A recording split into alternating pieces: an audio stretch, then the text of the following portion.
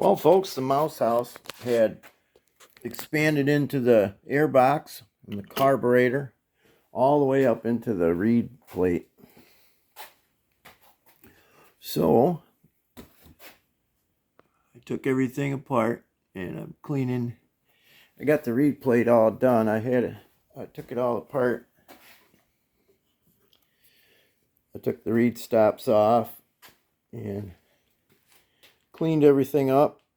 That's a good thing I did. There was a bunch of carbon all around the edges of all the reeds. So I took the reed stops off, the ones that are standing up like that. Pulled the reeds, cleaned them up good, and scraped all that carbon off. You can see the black mark. This thing's kind of reddish looking. You see that black mark there where the carbon had stained everything up. So I'm thinking, well, I'm going to have to wait at least a week to get the new gaskets. Needed this one and this one.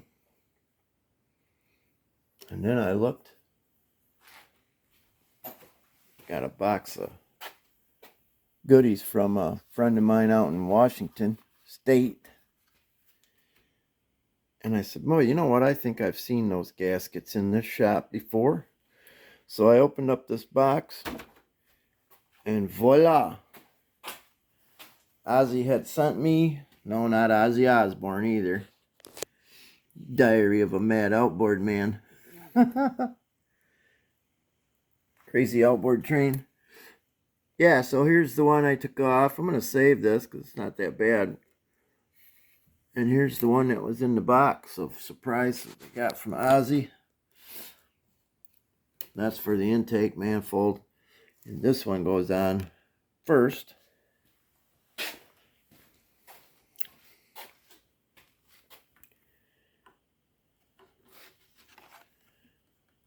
That goes on right there.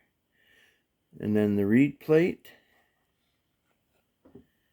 And then the other gasket for the intake, and then the manifold.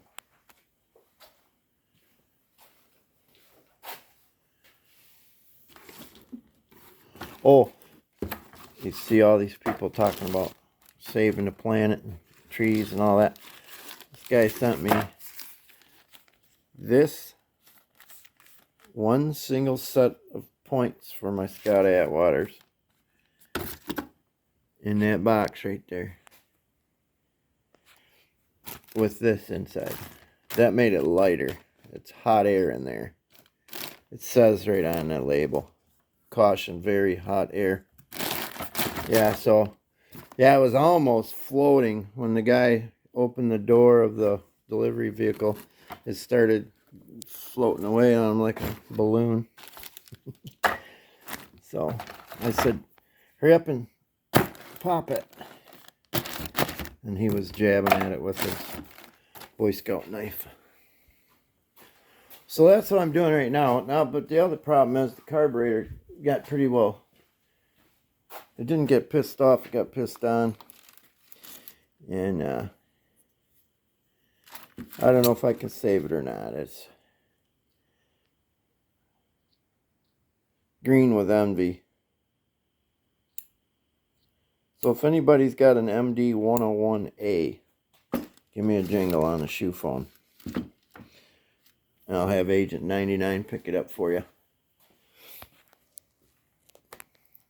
I know, don't get smart. You got to be old to know what I'm talking about. Right, Jim? Alright, so I'm going to get after this. And I got another friend. There is a carburetor sitting in Grand Rapids, Michigan at Vans Sports Center for about $40. But I also have a friend in Madison, Wisconsin, and he's going to look for me. He thinks he's got one.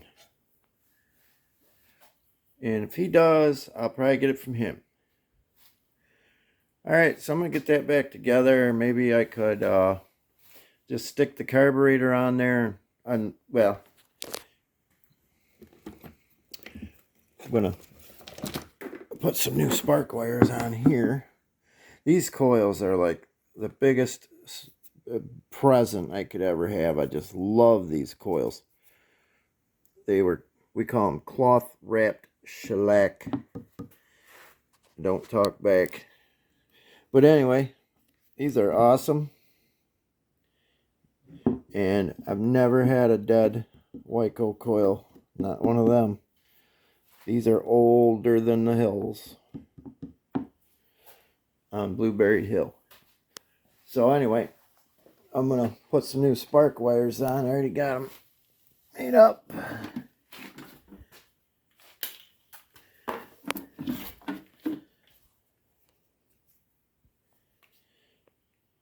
Put those on and get the ignition plate cleaned up the rest of the way. Lightly grease the pivot areas.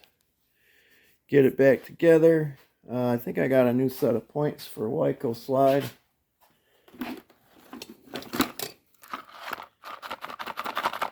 Yeah, Napa Valley. Might even have another set over here.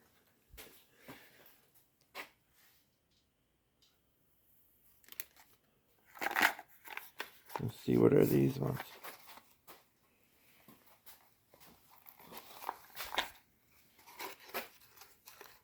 Oh yeah.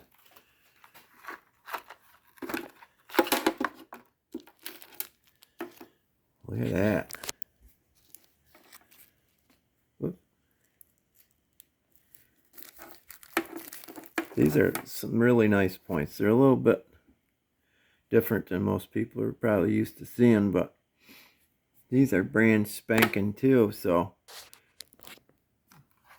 either go with the Sierra Club ones or the Napa Valley Winery ones. This video was brought to you by Diet Coke. Diet Oak.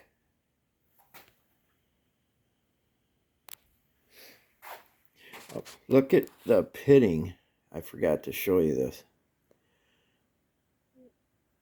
I don't understand how any creature could live in its own filth, just be peeing all over his own residence. But man, it just eats the aluminum. It's pitted like terrible. It won't hurt the inside. I've already looked inside real deep in here, and it's nice looking in there. Put a little light on in there.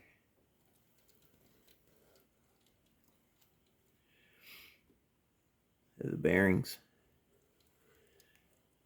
Now, if this was a 10-horse OMC from the 50s, it wouldn't have any bearings.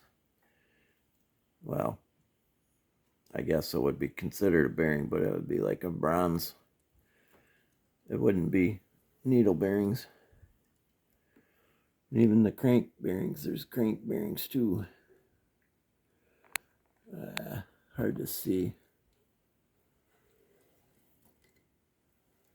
There they are.